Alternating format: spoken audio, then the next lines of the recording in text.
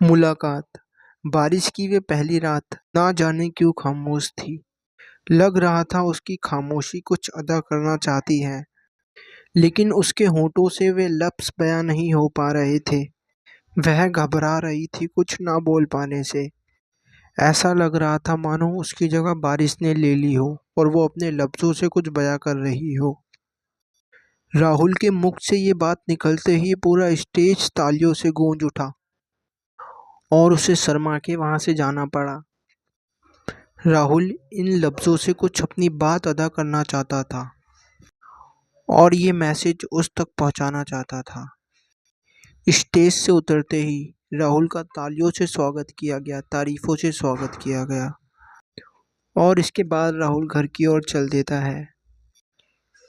घर की ओर जब राहुल चलता है तो ये जो पल था उसके लिए ज़िंदगी का सबसे बेहतरीन पल था। जब राहुल घर पहुंच जाता है तो राहुल की मम्मी कहती हैं, राहुल इतने दिनों बाद मैंने तुम्हारे चेहरे पर इतनी खुशी देखी है।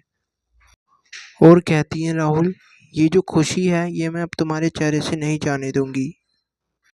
इसी बीच राहुल कहता है, मम्मी आज मैंने कॉम्प्लेक्स में रानी को देखा। वह बहुत ज़्यादा दुखी थी। जब मेरे लिए तालियां और तारीफ़ें बज रही थी तो इसी बीच वो उठ के वहाँ से चली गई।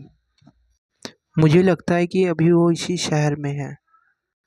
मम्मी मैं उसे ढूंढ के उससे माफ़ी मांगूंगा और उसे दोबारा अपना बना लूँगा। मम्मी कहती हैं, राहुल इतने दिनों बाद मैंने तुम्हारे चेहरे पे खुशी देखी है। अब मैं दोबारा तुम्हें दुखी नहीं देख सकती हूँ। तुम उसके चक्कर में कितना रोए, कितना परेशान हुए हो तुमको पता है। ये सारी दिक्कतें मैंने और तुम्हारे पापा ने झेली ली हैं और तुम फिर उसी रास्ते पे जाना चाहते हो। बेटा अब मैं तुम्हें दोबारा दुखी नहीं देख सकती। तुम उसके चक्कर में इतना रोए, इतना परेशान हुए हो तुमको पता है। राहुल कहता है, मम्मी आई डोंट केयर। आपको पता है जो मैं 3 साढ़े 3 साल से परेशान हूँ वो उसी की वजह से हूँ। और अब आप कह रही हैं कि मैं उससे दोबारा ना मिलूँ। मम्मी मैं उससे दोबारा मिलके फिर अपनी लाइफ पहले जैसे कर लूँगा। फिर ना ही तो आपको परेशान होने की ज़रूरत है, ना ही पापा को। हम सब साथ मिलके रहेंगे। मम्मी कहती हैं, बेटा ये मैं तेरी भलाई के लिए कह रही हूँ।